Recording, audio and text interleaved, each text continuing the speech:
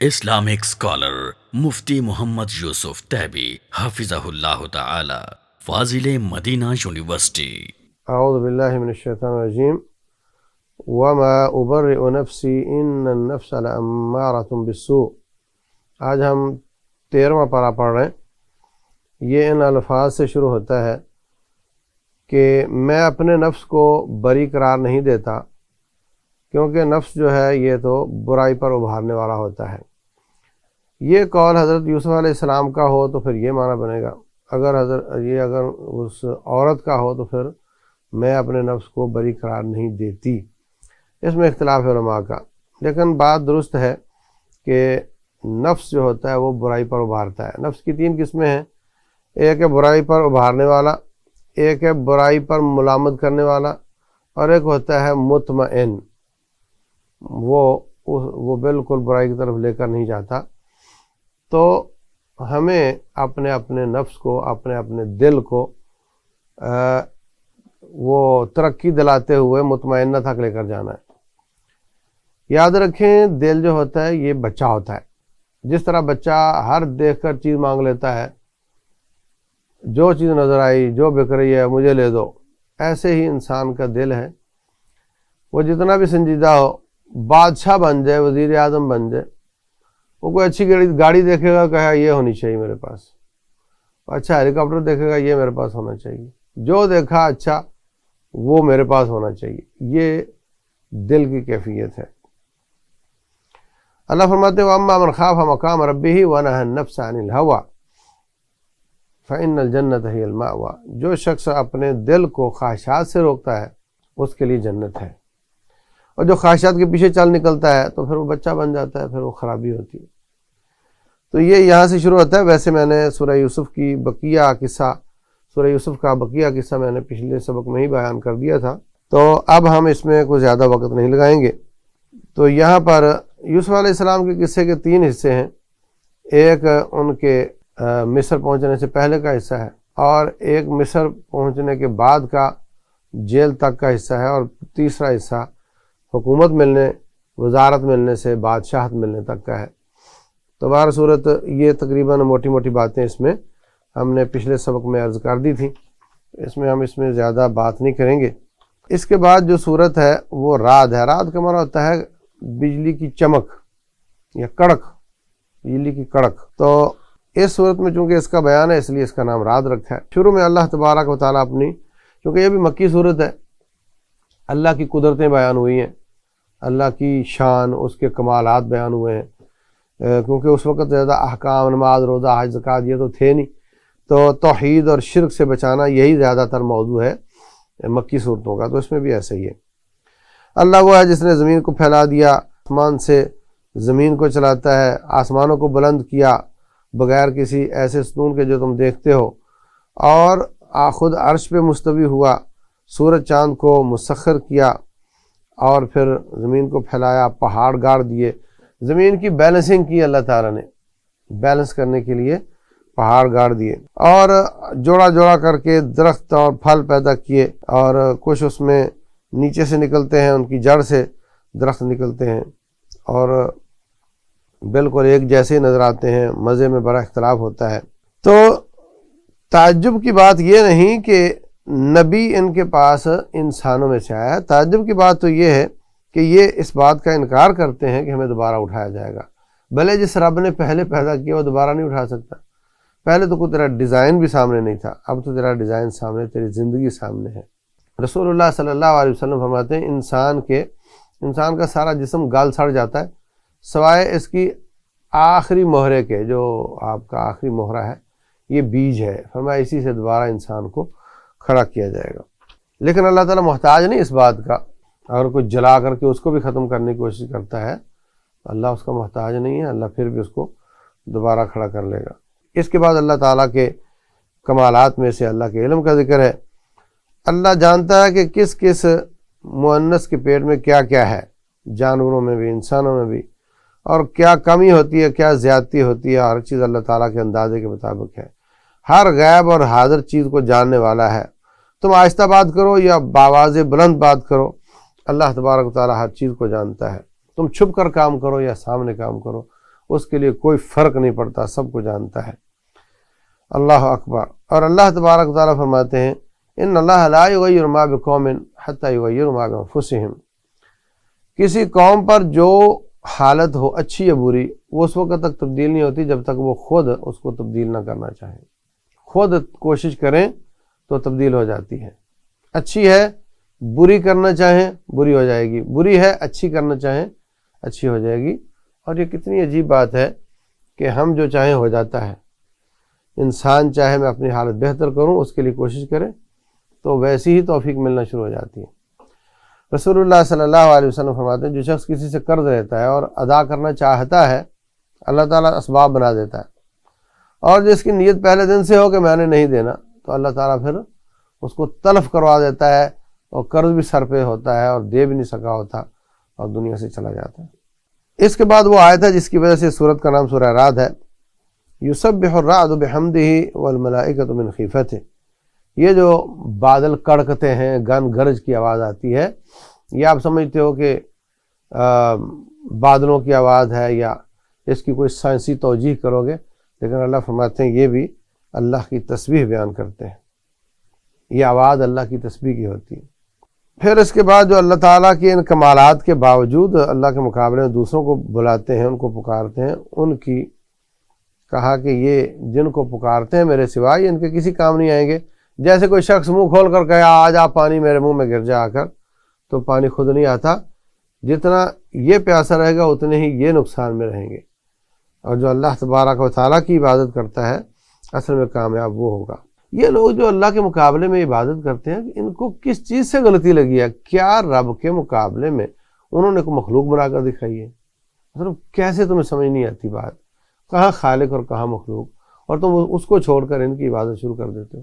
مخلوق جس کی بھی عبادت کی جاتی ہے وہ فوت ہو گیا، اس کی روح نکل گئی، اس کے کپڑے پھاڑ دیے گئے، اس کا استنجا کسی اور نے کروایا اور وہ بے سود پڑا رہا، اس کو پکڑ کے منو مٹی کے نیچے ڈال دیا، اور تو اس کو رب کے مقابلے میں معبود سمجھتا ہے۔ اللہ المستعان۔ اللہ تعالیٰ نے یہ چونکہ مکہ میں دشمنی شدید تھی مکے والوں کے ساتھ، تو بظاہر تو نبی صلی اللہ علیہ وسلم ان کے ساتھی مظلوم، مقہور، مر رہے ہیں، کٹ رہے ہیں، شہید ہو رہے ہیں، ڈنڈے کھا رہے ہیں، گھر چھوڑ رہے ہیں، اور وہ چڑھتے جا رہے ہیں، بظاہر تو یہ ہے۔ لیکن اللہ تعالیٰ نے ایک مثال کے ساتھ بیان کیا کہ جس طرح پانی چلتا ہے تیزی سے تو جھاگ بن جاتی ہے، پھر کیا ہوتا ہے؟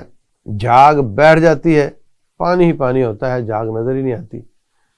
جب جھاگ ہوتی ہے تو پانی نظر نہیں آتا، جب جھاگ جاتی ہے تو پھر پانی پانی ہوتا ہے۔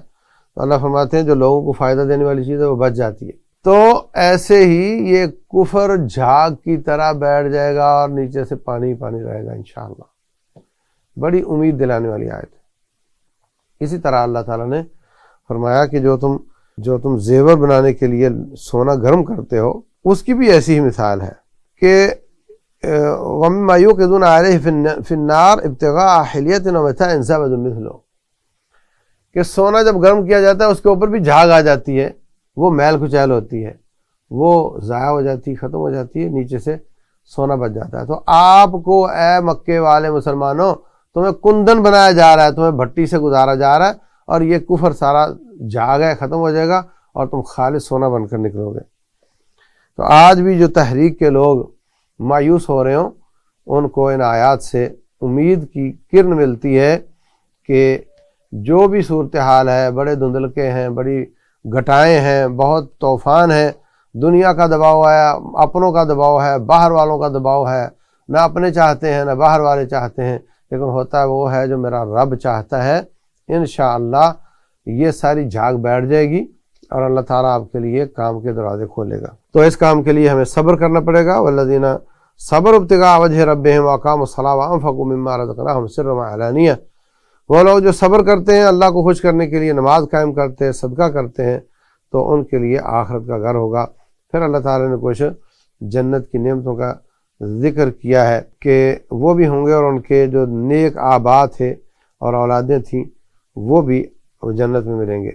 اور جہاں تک دنیا کا تعلق ہے کہ دنیا یہ تو کوئی معیار نہیں ہے، یہ تو اللہ تعالیٰ اللہ یبسط الرزق لمن یشاء ویقدر، جس کا چاہتا ہے رزق کھول دیتا ہے، جس کا چاہتا ہے تنگ کر دیتا ہے، تو یہ اللہ کے ہاتھ میں ہے۔ یہ کسی کے اوپر خوش ہونے یا نہ خوش ہونے کا اس سے کوئی تعلق نہیں ہے۔ وہ لوگ جو اللہ تبارک و تعالیٰ پر ایمان لاتے ہیں اور ان کے دل مطمئن ہوتے ہیں اللہ کی یاد سے، خبردار اللہ کے ذکر سے ہی دل مطمئن ہوتے ہیں۔ تو اللہ کے ذکر سے مراد اللہ کرنا نہیں ہوتا، اللہ کے ذکر سے مراد سبحان اللہ، الحمدللہ، اللہ اکبر، لا الہ الا اللہ، استغفر اللہ، یہ بھی ہے۔ اللہ کے ذکر سے مراد ہے کہ اللہ آپ کو یاد ہو، آپ گناہ کرنا چاہیں تو آپ کو یاد ہو کہ مجھے کوئی دیکھ رہا ہے، یہ بھی اللہ کا ذکر ہے۔ اور اللہ کا ذکر قرآن و سنت بھی ہے، جو کچھ قرآن میں ہے سب ذکر ہے۔ فرمایا انا نحن نزلنا الذکر وانا لہ لحافظون، تو یہ سب اللہ کے ذکر ہیں اور ان پر عمل کرنا اس سے دل مطمئن ہوتے ہیں۔ جو کتاب و سنت سے دور ہوتا ہے، ومن یعش عن ذکر الرحمن نقید لہ شیطانا فہو لہ قرین، ومن اعرض عن ذکری، جو میرے ذکر سے منہ پھیرتا ہے، کتاب و سنت سے منہ پھیر کر بائی پاس کر کے زندگی گزارتا ہے، ہم اس کی زندگی تنگ کر دیتے ہیں، وہ خودکشیاں کرتے ہیں۔ لیکن جو کتاب و سنت والی زندگی گزارتا ہے وہ مطمئن ہو کر زندگی گزارتا ہے۔ اس کے بعد اللہ تبارک و تعالیٰ نے نبی صلی اللہ علیہ وسلم کی تسلی کی کچھ آیات بیان فرمائی ہیں۔ فرمایا کہ آپ سے پہلے رسولوں کو بھی مذاق کیے گئے، اگر مکے والے مذاق کرتے ہیں تو کوئی نئی بات نہیں ہے، تو ہم نے ان کو تھوڑی مہلت دی تھی، ان کو بھی دی ہوئی ہے، لیکن یہ نہ سمجھیں کہ ہم ان کو چھوڑ رکھا ہے، ایسا نہیں ہے، ہماری پکڑ آئے گی اور ان کو تباہ کر دے گی، برباد کر دے گی۔ اور جو اس پہ صبر کر رہے ہیں آپ لوگ، ان کے لیے اللہ تعالیٰ نے جنت کے وعدے کیے ہیں، مثل الجنت التی وعد المتقون، اس میں نہریں جاری ہیں، اس کے پھل ہمیشہ کے ہیں، اس کے سائے ہمیشہ کے ہیں، کبھی پت جھاڑ نہیں آئے گی، اور جو مخالفت کرنے والے ہیں یہ آگ میں جائیں گے۔ اور اے نبی علیہ السلام، آپ پر مختلف قسم کے آوازیں کستے ہیں، یہ انسانوں میں سے کیسے آ گیا؟ آپ سے پہلے بھی جتنے رسول آئے تھے ان کو بھی ہم نے، ان کی بھی بیویاں تھیں، ان کی بھی اولاد تھیں، اور یہ کہتے ہیں جی ان کو نبوت کیوں مل گئی، کسی اور کو ملنی چاہیے تھی۔ اللہ تعالیٰ ما کان لرسول ان یأتی بآیۃ الا بإذن اللہ، یہ رسالتیں دینا، وحی نازل کرنا، یہ اللہ تعالیٰ کا کام ہے، یہ کسی کے بس کی بات نہیں ہے۔ تو اس طرح یہ سورہ رعد یہاں پر ختم ہوتی ہے۔ اس کے بعد سورہ ابراہیم ہے۔ ابراہیم علیہ السلام نبی صلی اللہ علیہ وسلم کے جد امجد ہیں، ان کا قصہ اس میں بیان ہوا ہے، اس لیے اس کا نام سورہ ابراہیم ہے۔ یہ بھی مکی صورت ہے، اس میں بھی اللہ تعالیٰ کی شان، اس کا مقام، اس کی عظمت، اس کی کبریائی کا بیان ہوا ہے۔ تمام انبیاء کو ہم نے ان کی قوم کی زبان میں ہی نازل کیا تھا، پھر اس کے باوجود لوگ گمراہ ہو گئے تھے۔ تو ہمارے ہاں ایک زمانے تک، بلکہ آج بھی یہ تصور پایا جاتا ہے کہ خطبہ جمعہ مقامی زبان میں نہیں ہونا چاہیے۔ یہ عجیب بات ہے بھئی، خطبہ جمعہ تو مقصد ہے سارے ہفتے کے زنگ اتارنے کے لیے، ان کو کوئی نصیحت کی جائے، ان کو اللہ تعالیٰ یاد کروایا جائے، اللہ کا خوف دلایا جائے، اور آپ کہتے ہو جو عربی میں ہی ہو سکتا ہے۔ تو آپ دیکھتے ہیں کہ ہمارے ہاں پہلے اردو میں تقریر ہوتی ہے، اس میں لوگ آڑے ٹیڑھے ریلیکس بیٹھے ہوتے ہیں، آ رہا ہے کوئی جا رہا ہے پرواہ نہیں، وہ کہتے ہیں جی یہ درس ہے، اور اس کے بعد پھر وہ عربی کا خطبہ ہوتا ہے تو اس میں اس سے پہلے اذان کہی جاتی ہے، تو اس میں پھر سارے سیدھے ہو کر بیٹھ جاتے ہیں کہ اس کے پیچھے تصور یہ ہے کہ اردو میں خطبہ نہیں ہو سکتا، جبکہ ہم تو بجا طور پر سمجھتے ہیں کہ اللہ نے ہر نبی کو ان کی زبان، قوم کی زبان میں بھیجا ہے، تو ہمیں بھی ان کی قوم کی زبان میں تقریر کرنی چاہیے۔ انگلینڈ ہے تو انگلش میں کرنی چاہیے، پاکستان ہے تو اردو میں کرنی چاہیے، عرب ہے تو عربی میں کرتے ہیں۔ تو اس لیے ہماری اذان ہوتے ہی خطبہ شروع ہو جاتا ہے، کیونکہ نبی صلی اللہ علیہ وسلم کا طریقہ یہی تھا۔ بلکہ آپ نے خطبہ جمعہ سے پہلے حلقے بنانے سے منع فرمایا، ادھر حلقہ بنا لو، ادھر بنا لو، کوئی نہ کوئی بحث کرو، منع فرمایا اس سے۔ تو یہ جو پہلے تقریر کرنے کا سسٹم ہے، اس کے پیچھے یہ سوچ ہے۔ اس کے بعد اللہ تبارک و تعالیٰ نے مختصر طریقے سے موسیٰ علیہ السلام کا قصہ بیان کیا ہے کہ ان کی قوم کو فرعون بہت عذاب دیتا تھا اور ان کے بچوں کو ذبح کر دیتا تھا۔ اللہ تعالیٰ نے ان کو نجات دی، تو ان پر شکر بنتا ہے کہ ان کو چاہیے اللہ کا شکر ادا کریں۔ وَإِذْ تَأْذَنَ رَبُّكُمْ لَئِن شَكَرْتُمْ لَأَزِيدَنَّكُمْ، اگر تم شکر کرو گے ہم تمہیں اور دیں گے، اور اگر کفر کرو گے، ناشکری کرو گے، تو پھر ہمارا عذاب بڑا سخت ہے۔ اس کے بعد نہایت اختصار کے ساتھ نوح علیہ السلام کی قوم، عاد، ثمود اور ان کے بعد والے جو لوگ ہیں، ان کا اجتماعی قصہ بیان کیا ہے۔ ان کے رسولوں نے ان کو کہا تھا کہ اللہ کی بغاوت نہ کرو، اور ان کے رسولوں نے کہا تھا کہ اللہ میں شک نہ کرو، وہ زمین و آسمان کو پیدا کرنے والا ہے اور تمہیں وہ یہ بلاتا ہے، اللہ تمہیں بخشنا چاہتا ہے۔ تو وہ آگے سے جواب دیتے تھے تم تو ہمارے جیسے انسان ہو تو تمہیں یہ کس نے نبی بنا دیا یہ، اور وہ اس طرح کی بات کرتے تھے کہ جناب انسان ہو کر نبی نہیں بن سکتا، اور یہ آج کی ہماری قوم کا بھی بہت بڑا اشکال ہے۔ تو یہ تو نہیں کہتے کہ یہ نبی نہیں ہے کیونکہ انسان ہے، بلکہ الٹا ان کو انسانیت سے خارج کرنے کی کوشش کرتے ہیں کہ وہ انسان نہیں ہے، وہ نعوذ باللہ اللہ کے نور کا جز ہے، نعوذ باللہ، اس طرح کی باتیں کرتے ہیں۔ جبکہ رسول اللہ صلی اللہ علیہ وسلم کے باپ کو والد والدہ، ان کا پیدا ہونا، ان کا بچپن، لڑکپن، جوانی، ان کا روٹی کھانا، ان کا پیشاب پخانہ کرنا، اور ان کا شادیاں کرنا، ان کا بچے جننا، ان کا غسل واجب نہانا، یہ ایک سے ایک بات ہے جو بتاتی ہے آپ کا زخمی ہونا، خون بہنا، سر پھوٹنا اور دانت مبارک ٹوٹنا، یہ ایک سے ایک بات بتاتی ہے کہ آپ انسان ہیں، مگر اللہ نے مقام اتنا دیا ہے کہ کائنات میں ان جیسا کوئی نہیں ہے۔ اس کے بعد اللہ تبارک و تعالیٰ نے یہ تمام رسولوں کا مختصر قصہ بیان کرنے کے بعد جو لوگ بغاوت کرنے سے بعد نہیں آئے ان کے لیے جہنم کا ایک نقشہ کھینچا ہے، علیہ باللہ۔ ہر جبر کرنے والا، کینہ رکھنے والا مسلمانوں اور نبیوں کے خلاف، اس کے لیے جہنم ہے، اور اس کو پیپ کا پانی پلایا جائے گا، علیہ باللہ۔ وہ اس کو نگلے گا مگر وہ پیے گا مگر نگل نہیں پائے گا، ہر طرف سے موت کے اسباب ہوں گے مگر موت نہیں آئے گی۔ اللہ اکبر۔ ان لوگوں کے جو دنیا میں جنہوں نے کفر کیا ہے، ان کے دنیا کے کام ان کے کام نہیں آئیں گے۔ دنیا میں جو انہوں نے نیکیاں کی ہیں، دنیا میں نیک نامی مل گئی مگر آخرت میں ان کا کوئی فائدہ نہیں ہوگا، ان کے اعمال ضائع ہو جائیں گے، رائے گاں ہو جائیں گے۔ جیسے فرمایا کہ وہ